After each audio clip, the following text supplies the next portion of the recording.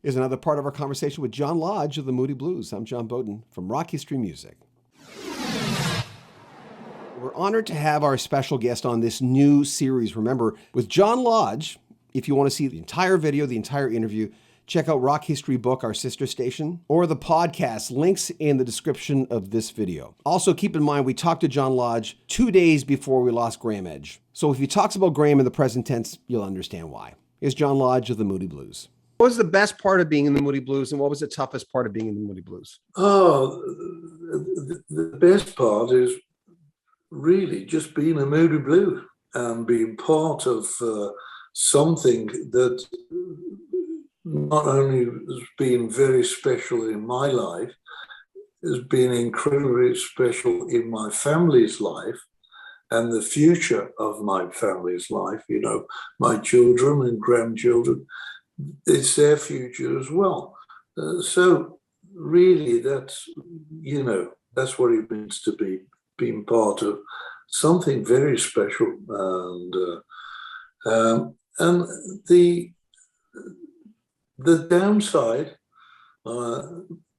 probably the hours when you're on the road and it's 2:00 in the morning and you wish you was at home with your wife and children, and you know what they're doing, you know the exams they're taking or the sports day you're missing and all that stuff.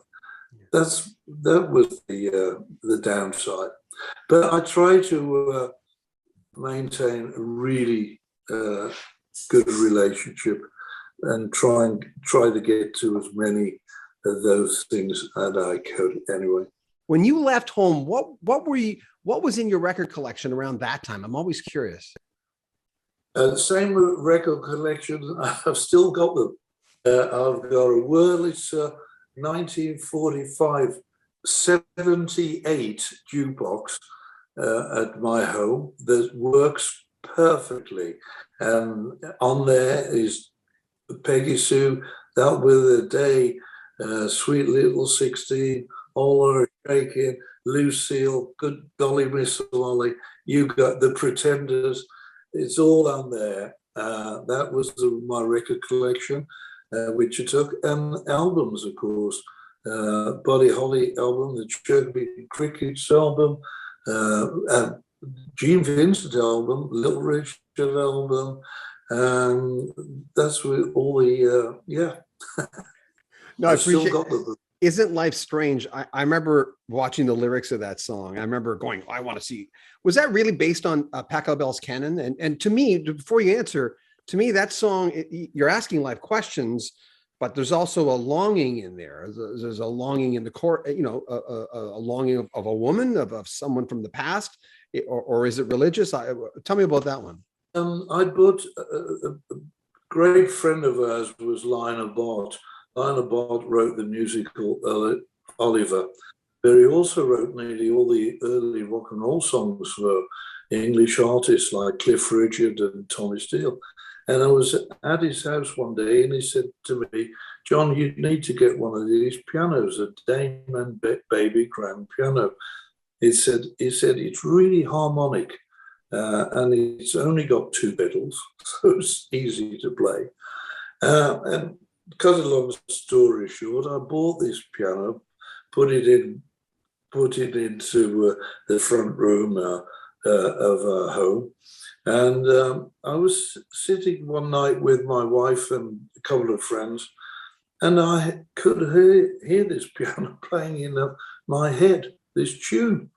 And I said, excuse me, I'll go to the piano. And went to the piano and sat there. And this song sort of almost auto-played itself with no lyric, except, is life strange? Is life strange? Is life strange? And I went back and sat down and said to my wife, I think I've written a new song. I said, it could be the wine, of course, but I'll check in the morning. And I woke up the next morning and the song was still there. And I sat down then with a pen and paper and the lyrics just seem to come straight away, all of the lyrics. And yeah, it's this thing about I wish you could capture something. It may be the love of your life. It may be anything, but it's something that makes your inner self, gives it energy and warmth, and that's what really the song was about. It would make me go back when I'd go through a breakup. I'd listen to it because when you go through a breakup, it always makes you think about the life questions. You can't go through a breakup with anybody without thinking of more than just the breakup. It has to make you grow, right? That's why I used to gravitate to that song. I think you're right. Because, it can read like before. Can we ask for more? Do we all make the mistakes over and over and over again, this really, it was asking me as well, and hopefully asking everyone else, I must tell you something good about recording it. Recording it in Mike Pinder, he built a new studio, and I played this song to him first on piano, and he said, it would be great on an American harmonium, one of the pedal ones. And he said, I've got one. I've just got this antique one. And if you listen to the original record closely in good speakers, you can hear the pedals going up and down as we pump in the organ.